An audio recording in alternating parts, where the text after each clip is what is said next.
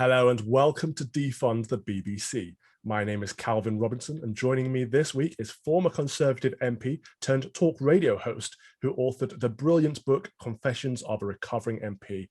I am, of course, talking about Nick Bois. Nick, thanks for joining us. A pleasure to be here, Calvin. So GB News launched this week, and as a former BBC journalist, Andrew Neil launched the show last Sunday by taking a swipe at his former employer. He said, "We won't forget what the B stands for." Nick, what do you make of this? Well, it's become unfashionable to be proud of your country and to be proud of Britain. And whilst I have no doubt GB News will not slavishly worship everything that goes on in this country and will bring a refreshing new perspective, I think what he's talking about there is that it's very hard these days to pick up news and current affairs programs on the BBC without feeling that there is a permanent theme running through their critique, which is, we're not very good here at Britain. We're almost ashamed of Britain. And I don't like that tenor. I think at times we do deserve criticism. At times we should sometimes feel ashamed of some of the things that have happened. But the idea that this is a national malaise that the BBC is pushed down people's throats, I think is unacceptable, which is why it's really refreshing to have GB News open to all that are basically saying, we won't forget we're British. Absolutely. And sticking with GB News just for a moment, because there's a website popped up called boycottgbnewsorg, and this has been encouraging companies to pull advertising from GB News, and it's run by a former senior BBC employee, Louise Wigstrom. So Nick, would you agree that this shows us that there are a fair few elitist former and current BBC employees who despise this competition and fear GB News at the new anti-woke channel? What I think is extraordinary about this, as these very same people, and probably the same people who are behind this campaign, are actually the reason GB News is here in the first place. The reality is, and we've known this actually even before Brexit, just politicians and certainly the media were slow to recognise this. There is a huge, large chunk of this population that has felt disenfranchised, that they basically feel that the media is talking down to them, it doesn't recognise their issues, and they live in what we rather glibly call, if you like, a metropolitan stroke Westminster bubble. And, you know, the fact is, the more criticism that the same people who have been producing this media environment we've had up until now are the very same people who will continue to ensure something like GB News continues to thrive. That is the reality. And when I look at some of the companies who reacted emotionally and swiftly to the idea of being named and in the campaigners' views, shamed for wanting to support GB News, I say take a look at yourself, take a long, hard look at yourself, particularly, for example, Octopus, who were quick to come out and say, actually, but essentially, we believe we'll back this station if it's genuinely balanced. Well, take a look at what people have said about, for example, the BBC. All right, it doesn't have advertisers behind it, but even their own people in the BBC at the time have pointed to the lack of bias. I mean, Andrew Marr, remember, he pointed effectively to what he called an innate liberal bias. You know, well, Octopus and other companies talk about that, if you would, please. Jeff Randall, for example, in 2016. I loved it when he spoke about the Flat Earth Society mentality, that you could find yourself in a BBC meeting discussing the big issues of the day. And actually, he said, they would always look at it from the perspective of the earth is flat. And dare you put up a hand and say, no, no, no, the earth is round. You were considered the extremist. And I mean, that is the all-pervasive mentality behind this. So I think companies should really also think very hard, do they want to basically have a pop at a large chunk of the audience? And we've already seen from viewing figures, early viewing figures for GB News, that they pummeled the opposition of Sky News and BBC. Do they really not want to reach them? Well, further, do they want to insult them? We had the news this week of a brand new exciting trade deal with Australia. However, surprise, surprise, the anti-British Broadcasting Corporation has managed to turn our trade agreement into a negative. When will Number 10 end this toxic relationship, Nick? Look, on the Australia trade deal, let's be really clear. The one thing you won't hear from the BBC is that this is a huge triumph for Britain, not because of what it might add to GDP immediately or even in the future. It shows, first, we are back on the global stage doing what we promised, negotiating trade deals around the world. The future is not EU trade deals, it is those new trade deals around the world. Secondly, this is, and you didn't hear this on the BBC, did you? This is the gateway to a Pan-Pacific trade agreement that could ultimately lead even to a much improved deal with the United States of America. That's where we need to be in the world. Are the BBC going to tell you about that? Of course they're not, because it doesn't suit their agenda.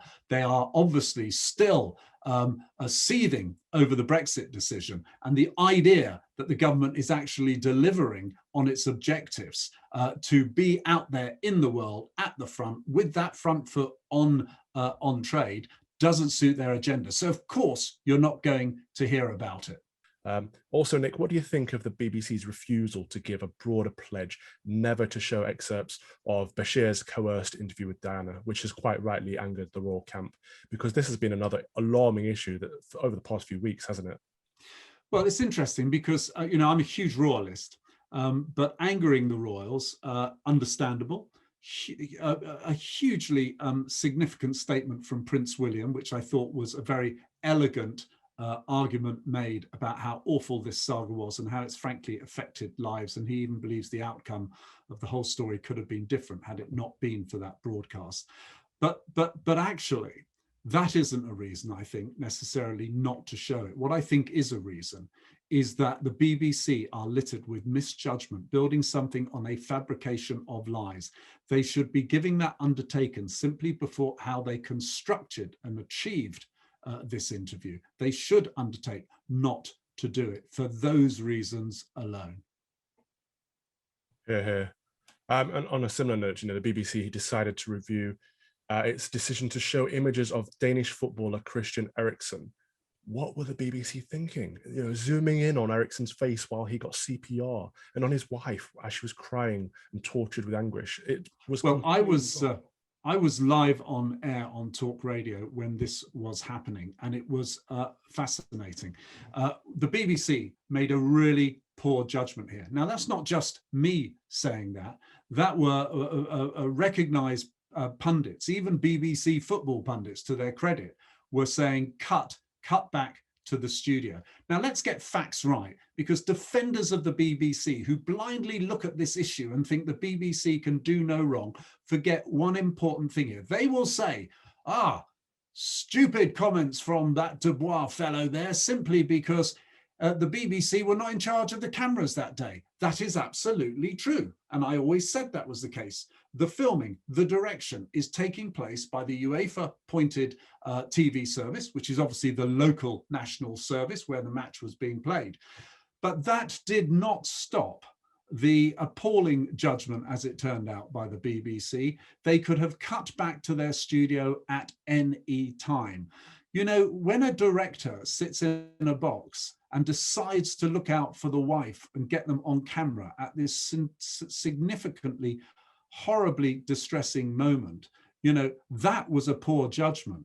Nothing to do with the BBC, to be fair, but none of us need have seen that if they had cut back to the studio. Their apology shamed them further because they were playing with words. It was an mealy-mouthed apology that came out that implied that actually it wasn't their fault. This is typical BBC, failing to stand up for when they make mistakes. They would have more honesty and integrity and respect earned if they put their hand up and said, absolutely right, we should have cut quicker.